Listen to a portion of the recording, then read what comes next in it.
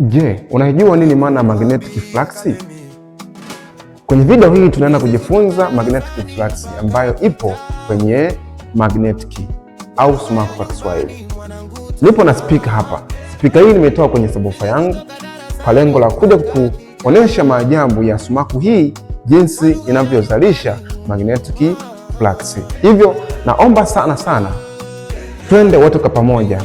Usiitoe video hii kwa sababu itaenda kukusaidia wewe, kumsaidia mtoto wako ili aelewe zaidi nini maana magnetic flux anapokuwa anasoma topic inaitwa electromagnetism kwenye kipengele kinaitwa electromagnetic induction. Kwenye video iliyopita tulijifunza introduction of electromagnetic induction ambapo tuliona kwamba we have two laws which are Faraday's law and Lenz's law. Na tuliweza kujifunza law moja hapo ambayo ni Faraday's law, ambapo tulisema kwamba the induced EMF is directly proportional to the rate change of magnetic flux. Hatukupata nafasi nzuri ya kuelezea nini maana magnetic flux. So hivyo naomba usiondoke kwenye video hii, nisikilize vizuri, twende kwa pamoja. Question is, what is the meaning of magnetic flux? That is our question. So let us start there. Sasa ili nielewe vizuri, kuna hivi vitu viwili. Cha kwanza ni magnetic field na cha pili kinaitwa magnetic force. Magnetic force. Sasa nini maana magnetic force na nini maana magnetic field? Pika yoyote ile ndani huwa kuna sumaku, mfano kama hii sumaku yetu. Sasa tuseme kwamba hii sumaku yetu mimi labda ni chole hapa, hii ndo sumaku yetu.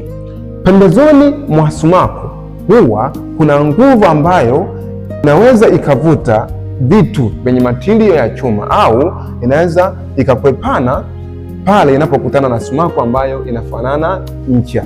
Mfano nikiweka nose ya sumaku hii na nose ya sumaku nyingine, manake najua kwamba zitakwepana. Sasa hii nguvu hii ndiyo ambayo tunaita magnetic force. Lakini nguvu hii inakuwa imejizungusha kwenye eneo fulani, kwenye uwanja fulani. Sasa uwanja ambao magnetic force hii ipo inaitwa magnetic field, ambapo magnetic field hii inakuwa be shown by the something called magnetic field lines. Sasa baada ya kutambua uhusiano wa haya maneno mawili ambayo ni magnetic field na magnetic force, twende tutazame mfano huu wa maisha ya kila siku. Tutolee mfano, upo nyumbani. Hii ndo nyumba yetu.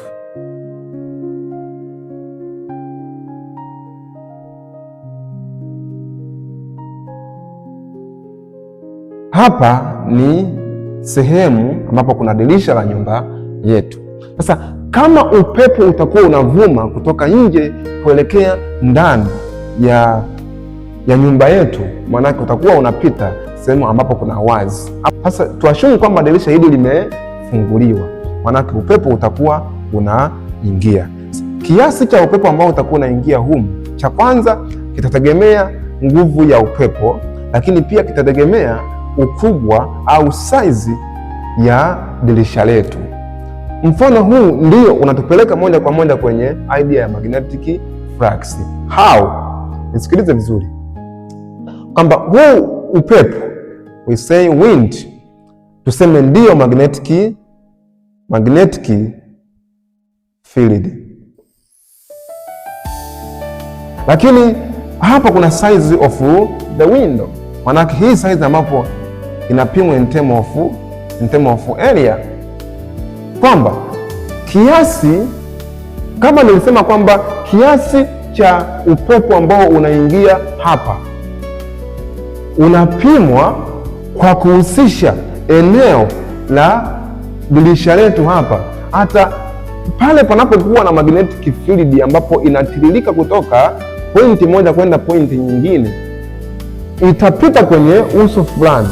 Sasa kiasi cha magnetic field ambayo inapita kwenye hilo eneo ndipo tunaita magnetic flux. Kumbe magnetic flux in physics manake it measure the amount of the magnetic field passed through a given area. So, ili tuelewane vizuri hapa, tukule mfano, tuna sumako mbili hizi. Hii hapa ni north pole, hapa ni south pole.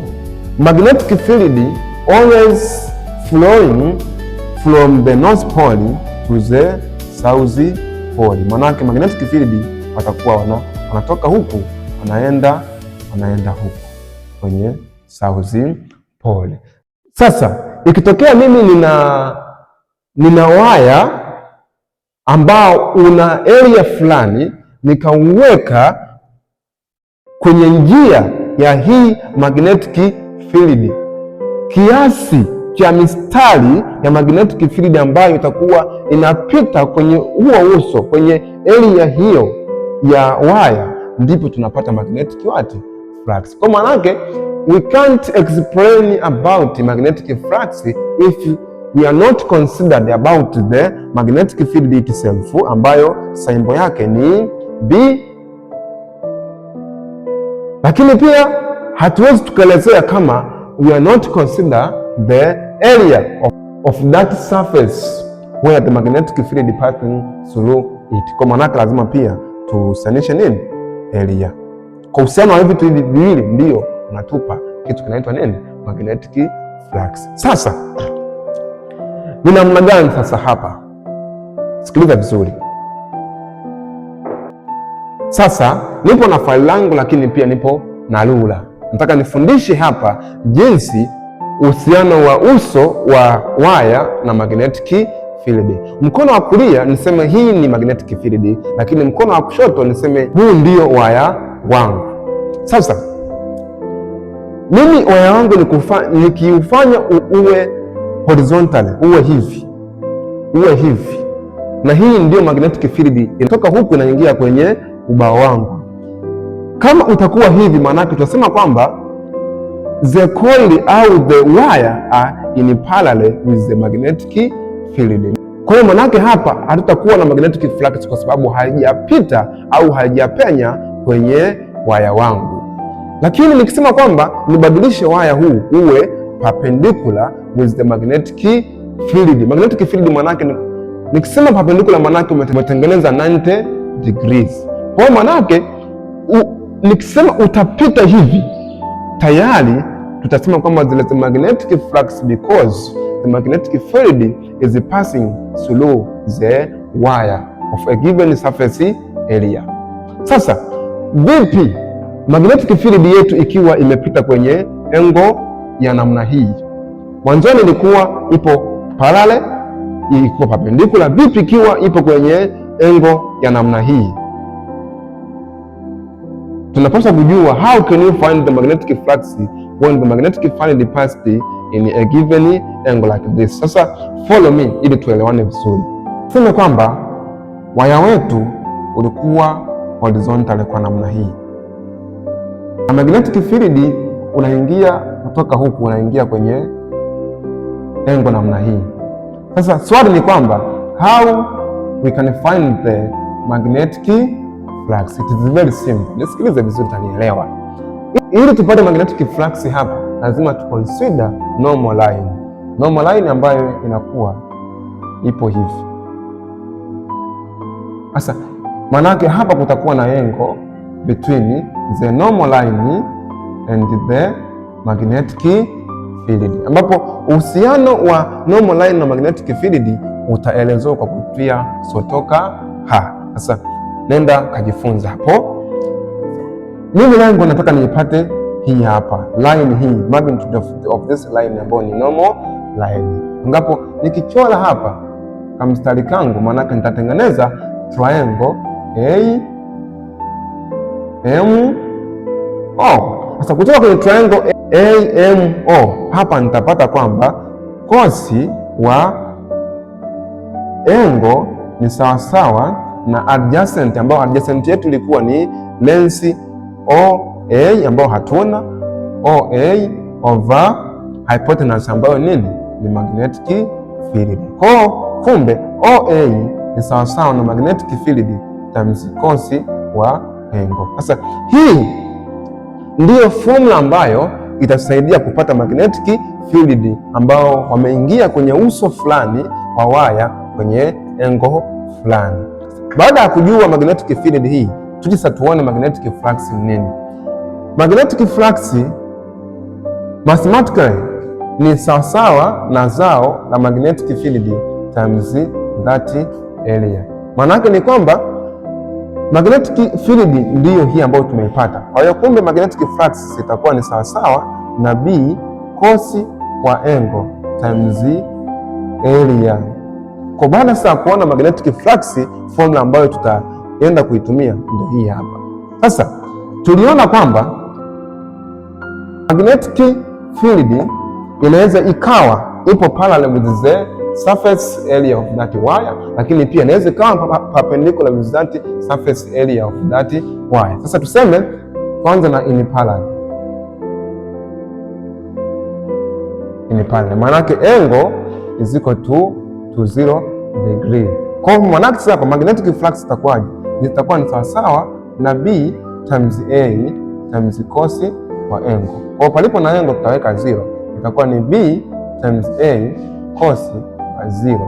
Cos wa 0 ni 0. Kwa maana yake itakuwa ni BA times 0 ambayo itakuwa ni 0. Kumbe magnetic flux in parallel ni 0. Baada ya kuona hapo, tuone pia in perpendicular.